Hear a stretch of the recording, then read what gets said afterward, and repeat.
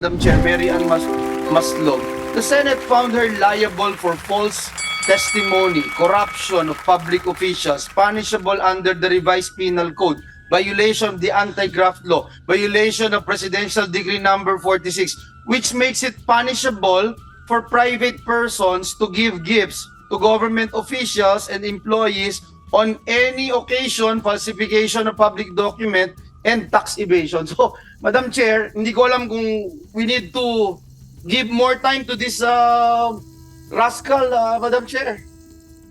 Thank you, Madam Chair. Senator Joel. Yes, Senator De La Rosa. Madam Chair, I don't know how to deal with this kind of resource person, pero alam mo,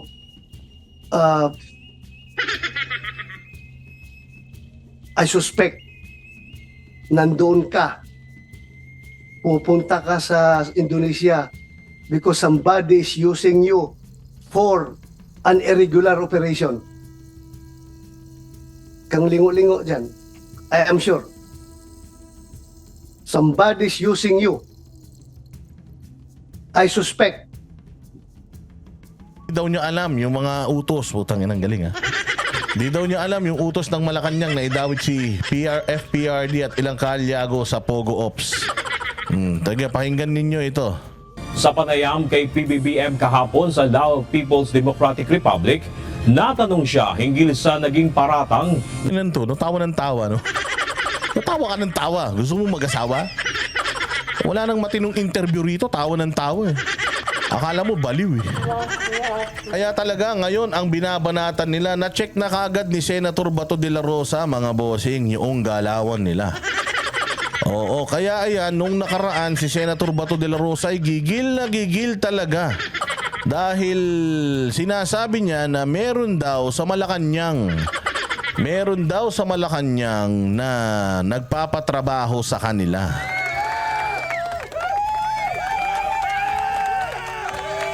Dahil dyan, pakinggan natin itong balitang ito na lumabas nung nakaraan pa, pero pakinggan natin ngayon dahil dyan maglalaro yung live stream natin ngayon. Pasok. I was a former chief of staff. I was a former chief of staff of IG. I became the deputy director for operations of intelligence group, IG. I became a deputy director for administration of intelligence group. How come in the world na nahuli na si Alice Go doon? Kaya kailangan ka pa dalhin ni Makapas doon sa Indonesia para kumbinsin si Alice Go? I don't see any logic. Wala ako nakikitang intelligence value sa presensya mo, sa papel mo doon. Bakit ang IG gagamitin ka? Huli na siya eh. Huli na siya. Bakit ka kasama sa IG? Wala ko nakita ang intelligence value sa'yo. Siguro ang intelligence value sa'yo kung magamit ka for any other reasons na pwede kang gamitin. Your Honor, the instruction. Ay na yung mukha nito, Satanas. Yung mga ganyang nguso, tayo na. Maniwala ka yung mga ganyang mata, yung mga ganyang ilong. Puta, demonyo yan. Kita mo, walang katakot-takot, oh. Ito ang problema. Ito kasi ang problema, Senator Bato de la Rosa, ha. Ito, pasensya na, ha, sa lahat ng mga nanonood at saka sa lahat ng mga nagmamahal kay Senator Bato. Ito kasi ang problema sa'yo, sir. Kapag apektado ka lang, doon ka lang matapang. Kapag ikaw na yung tinatrabaho, doon ka lang umiimik. Pero kapag iba na, malambot ka na eh.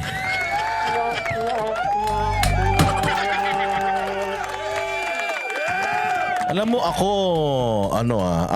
Senator Bato, ikakampanya kita hanggang sa dulo ng walang hanggan. Talagang gusto kita, iboboto pa rin kita. Kasi ako, naniniwala ako na Duterte, diehard Duterte ka talaga. Kaya lang ang problema kasi, Senator Bato, naglalaro ka eh. Sa panahon ngayon, hindi ka na dapat naglalaro. Lumantad na si Inday Sara eh. Dapat kayo, lumantad na rin. Dapat all out na din kayo. Hindi eh. Kapag sakalang kayo kumikilos, kapag kayo na yung binabatikos, kapag sa inyo na yung bola. Pero pag wala sa inyo yung bola, wala rin tayong ginagawa. Nakikita naman natin na lahat ng galaw ng mga nasa gobyerno, lahat nakikita natin eh. Lahat ng kilos nila talagang ang atake sa inyo, sa grupo nyo. Kaya si Bongo ang binabanatan, kaya si PRD, kaya si Kibuloy, dapat matigas ka na. Eh ang problema, nung binabanatan si Pastor Apollo Kibuloy na talaga namang kilalang alyado ninyo, na talaga namang kahit anong deny mo, sir, kahit na anong sinasabi mo na nasa gitna lang kasi ako. Ranger Tracker ng EU, salamat po Ang problema kasi natin, Senator Bato, alam naman na identified ng tao, sir, na talagang alyado mo yung mga yan. Now, huwag ka na magpanggap na hindi kasi alyado mo talaga sila, and sooner or later, ikaw na yung magiging sentro noong noong black propaganda nila. O ngayon, ikaw na. Anong pakiramdam?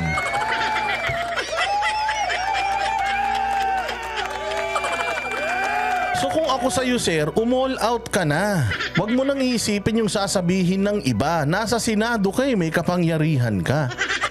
Gamitin mo na yung kapangyarihan mo kasi nakikita mo naman na yung ibang mga senador ginagamit nila yung kapangyarihan nila, yung opisina nila, yung committee nila para sirain ang mga Duterte. Gumawa ka na rin ng gawin mo na rin yung ginagawa nila. Give them the taste of their own medicine. Kung hindi ka man kung hindi ka man i-cover, Senator Bato, ng mga mainstream media, ba't ba kasi takot kayo sa mainstream media? Vloggers na ngayon ang pinapanood ng taong bayan. Hindi na mainstream media. Lahat ng mga mainstream media ngayon binabatikos na ng mga tao. China-challenge na ng mga tao yung mga balita ng mainstream media. Nandito naman kami para sa inyo eh. Oo, masyado kayong bilib sa mainstream media. So kung walang mainstream media na magko-cover sa mga gagawin mong mga pagdinig, kung ano man aksyon ang gagawin mo, andi dito kami. Walang bayad kung gusto mo araw-araw. Kaya lang, Senator Bato, pinakita mo talaga, in-expose mo talaga yung sarili mo na malambot ka talaga noong hearing ng Senado sa KOJC. Harap-harapan, mali na yung sinasabi nung mga dati mong kabaro hindi mo sila na itama Kaya ngayon, ginagawa nila yan sa'yo. Tapos, paano kami maniniwala, Bato, na talagang matapang ka? Na talagang galit ka? Na merong epekto yung pagsigaw-sigaw mo? Paano na yung malalaman yun? In-expose mo yung sarili mo na kapag ka hindi ikaw yung apektado, baliwala sa'yo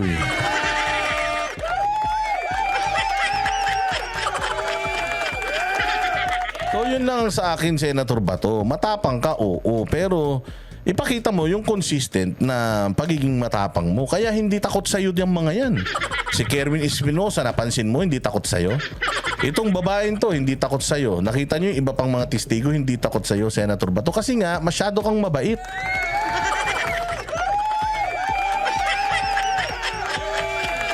Senator Bato, hindi mo ba napansin na wala ka na dun sa top 5? Dati hindi ka nawawala dun, sir. Ang lalakas nung kalaban mo. Hindi pwedeng iboboto ka lang ng tao dahil Duterte ka. Kailangan ipakita mo din yung Duterte na brand. Kailangan, Senator, ipakita mo din sa taong bayan na talagang Duterte ka. O na hindi ka masyadong nag-iingat. Kasi nga, minahal nga kayo ng taong bayan dahil kakaiba kayong mga politiko Tapos ipapakita nyo, nakaparehas din kayo ng mga politiko na inis kami.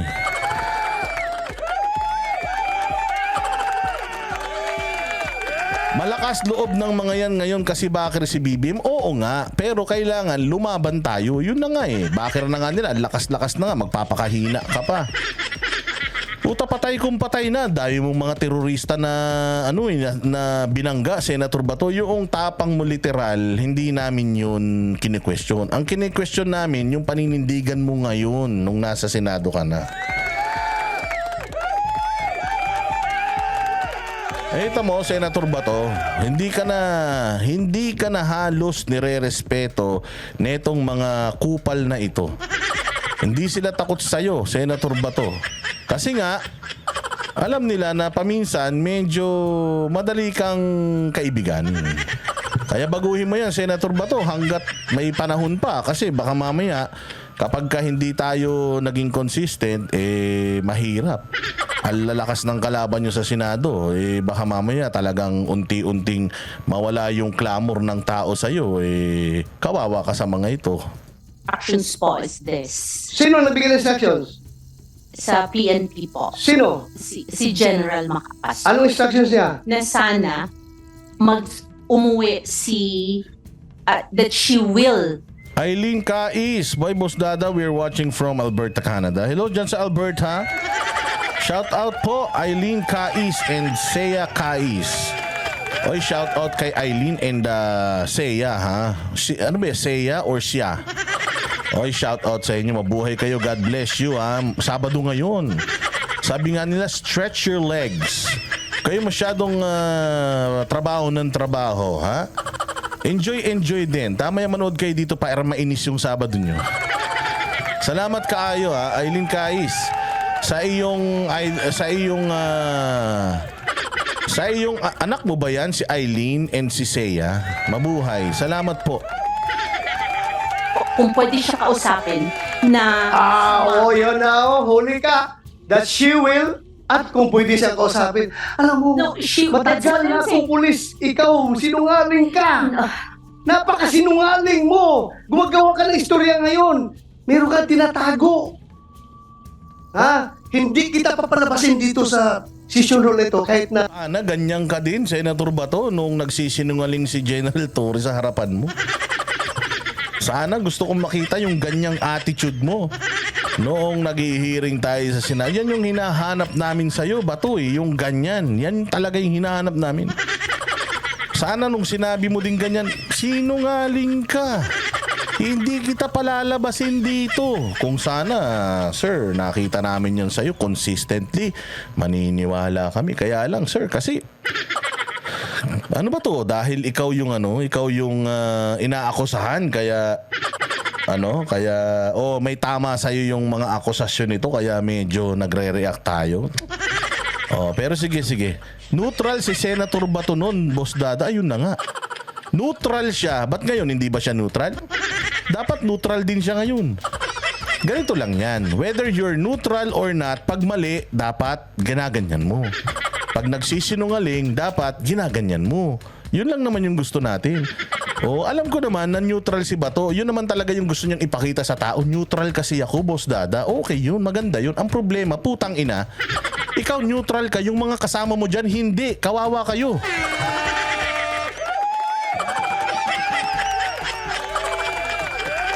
Tama, mali. Kaka-neutral nyo, putang ina, ginugulpi na kayo. Next thing you know, wala na kayo. Nadiin na kayo ng nadiin ng husto. Sirang-sira na kayo sa tao. Kaka-neutral nyo, puta, naglalaro ng madumi yung mga kalaban nyo, Ba't hindi kayo maglaro ng madumi?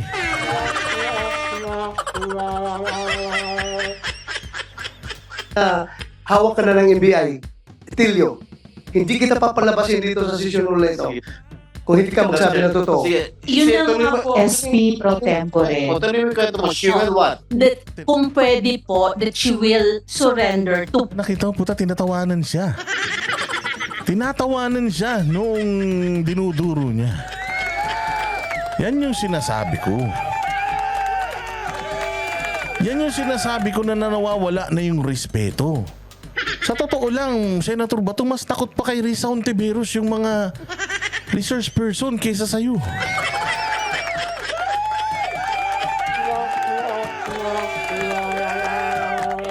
Si Risa Ontiveros kasi, malumanay siya magsalita, pero putang ina, pag diniing ka niya, yari ka. Pag dinurog ka ni Risa Ontiveros, yari ka talaga. Sa totoo lang, Senator Bato. Kaya dapat, ibigay mo na rin sa kanila yung yung mga ginagawa ng mga kasama mo. It's high time na gawin mo na din yan. Lajinsky and Jigger Aguilar, salamat kayo. Salamat the rest of Banateros. Thank you. Mabuhay ka. Sige. PNP. Miss Maslog, baliktad na yung sequence of events. Sinabi na ni Senator De La Rosa, at the time of your second trip para kausapin si Guo Huaping, arestado na siya. Yes, No choice na siya na bumalik dito, which is what happened. So, wala nang kayong mission na pa-surrenderin siya kasi huli na nga siya. So, ano yung agenda nyo sa pagkausap sa kanya? Actually po, Miss Go Waping, Alice Go po, you can ask po. She has a lawyer po doon sa Indonesia. Just a minute, before you continue, Ms. Maslog, about the lawyer in Indonesia, General Macapas will be joining us online. So we will be able to fact check with him this amazing story. Please continue. If I may Go. also just put into the records, no? The Senate already gave time in 2000 and 2000? In year 2000. In year 2000. And the Senate found her liable. The same person na You know, may nagsasabi kasi dito, dapat gayahin niya yung mga taga-kongreso. Ganito kasi mga bossing, no? Yung mga taga-Congress kasi, napakaliliit lang ng mga distrito ng mga yan at manipulated nila yung mga distrito nila. So whether magkalat sila sa Congress, magkinupal sila sa Congress, kumbaga ipakita nila kung gaano sila mga katanga doon, it will not affect yung kanilang popularity doon sa kapiranggot na distrito nila sa mga syudad nila. Kaya ang mga senador natin has always been, kumbaga, yung careful doon sa image nila. Kasi national sila eh. They rely solely on popularity.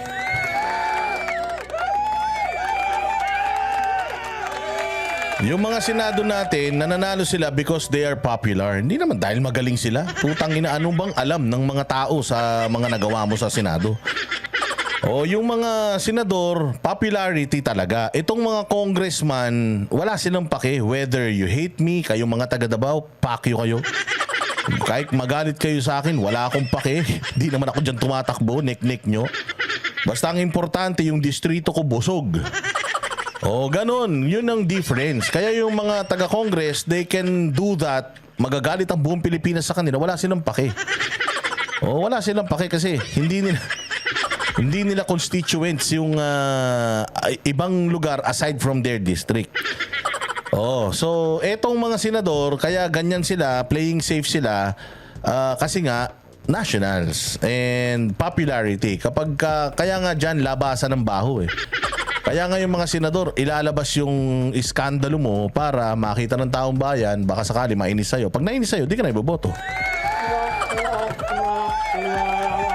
So hindi pwede. Pero kailangan mo lang naman ipakita na pagka Duterte ka, tayuan mo yun. Pag Duterte ka tayo, kasi hindi pwede talaga sa Pilipinas as much as gusto natin maging neutral lahat, hindi yun posible. The fact na meron tayong mga partido, hindi pwedeng yun eh. Hindi pwedeng maging neutral tayo eh. Unless tanggalin natin yung party system. Talagang mangandidato ang mga senador nang sila lang, nang wala silang i-involved na ibang grupo. Nabulsa lang nila yung gagamitin nila sa pagkakampanya. Yun, pwede. Pero the fact na meron tayong mga party, meron tayong mga ganito, affiliations, it means hindi tayo kailanman magiging neutral. Kasi ganyan ang klase ng politika sa atin. Hindi katulad sa Amerika na dalawang party lang, isang Democrat at saka isang Republican. Yun lang yung party na dalawang naglalaban. And alam din natin na kapag ka-Democrat, Democrat lang yan.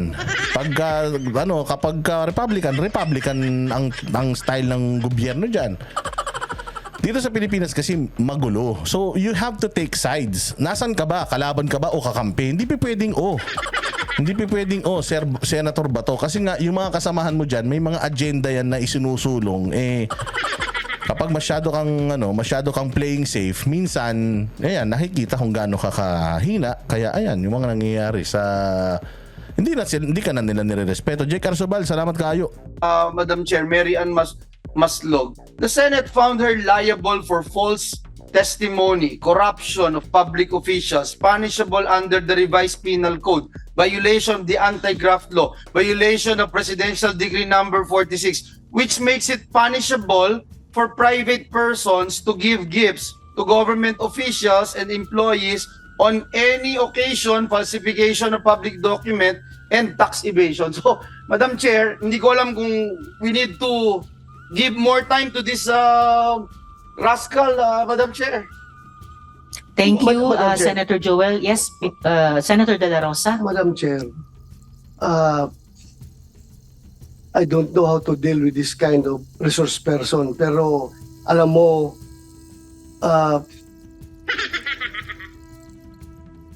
I suspect nandoon ka, pupunta ka sa Indonesia because somebody is using you for an irregular operation. Kang lingo-lingo dyan, I am sure. Somebody's using you. I suspect. Ano? Ano masasabi mo ngayon? Ms. No, Maslog. Ha? No, Your Honor. No? No, Your Honor. Sigurado ka? Yes, Your Honor. Huwag mo ako lukuhin. Huwag mo ako lukuhin. I am not, Your Honor. I have the goods against you. I have the goods against you. Naman pala you have the goods against her, then ilabas mo na. Ina si Risa Ontiveros ka, kahit na hindi totoo yung mga paratang niya, nilalabas niya eh.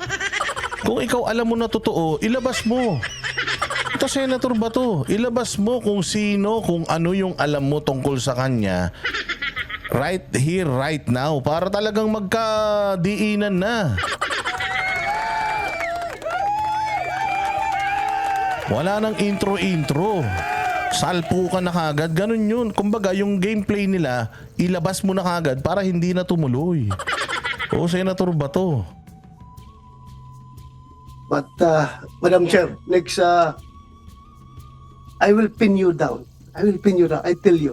I will pin you down. I will pin you down. I am sure about it. I will pin you down. Huwag mong gamitin yung pagkamaro mo.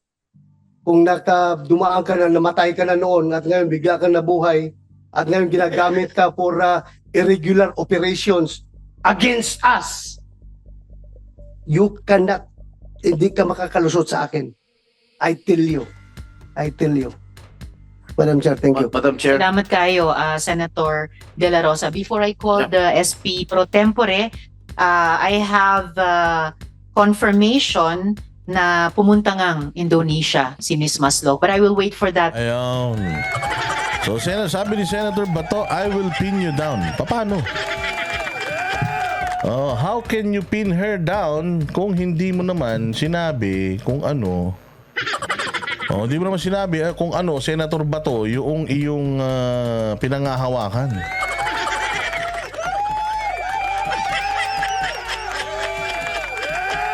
Oo, kailangan sabihin mo, sir. Hindi pwedeng hindi pwedeng sige, ito, kung ano yung sinasabi ni Senator Bato, baka dito sabihin niya sa report na to. Sige, pasok. Nagtawag sa akin yung mga tao na dati na lumapit sa akin, nagpatulong dahil na biktima rin sila ng ilang milyong pesos itong Mary Ann Maslog noon pa. Lumapit sa akin pero hindi na nila malukit-lukit. Yun nga, nawala na nga, pumunta ang Amerika. Ngayon, tumawag sa akin na, sir, yan yung kinumplin ko sa iyo noon na nagpapatulong ako. Ilang milyon yung nakuha sa akin, sir. Tapos marami pang nagkuha din sa akin, nagtitik sa akin mga taga Bukidnon, taga Cagayan, na nagsabi na talagang ang dami ang nabiktima yung babae na yan. Con artist talaga, super con artist.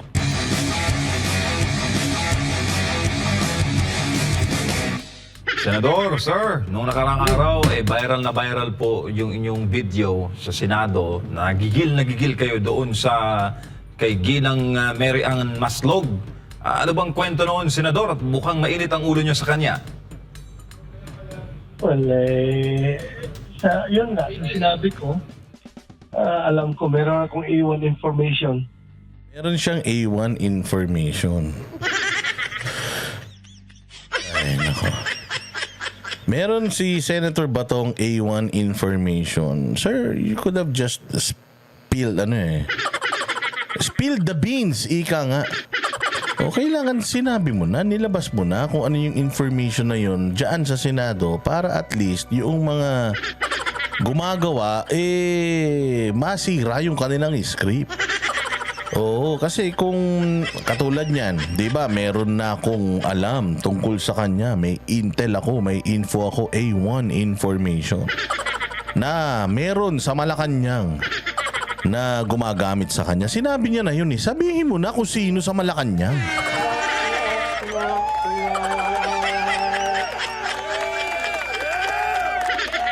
Di ba? O sige, diretso. Very highly reliable source of information confirmed by other source na si Maslog. Kaya yan, anong papel niya doon, di ba? Bakit siya nandun? Pumapapil sa kay Alice Go. Pumapasok pa doon sa kulungan ni Alice Go 2 beses para kumbinsihin si Alice Go na pumirma ng affidavit na mag-implicate kay Pangulong Duterte, ako, Senator Bongo, General Karamat, yung pati yung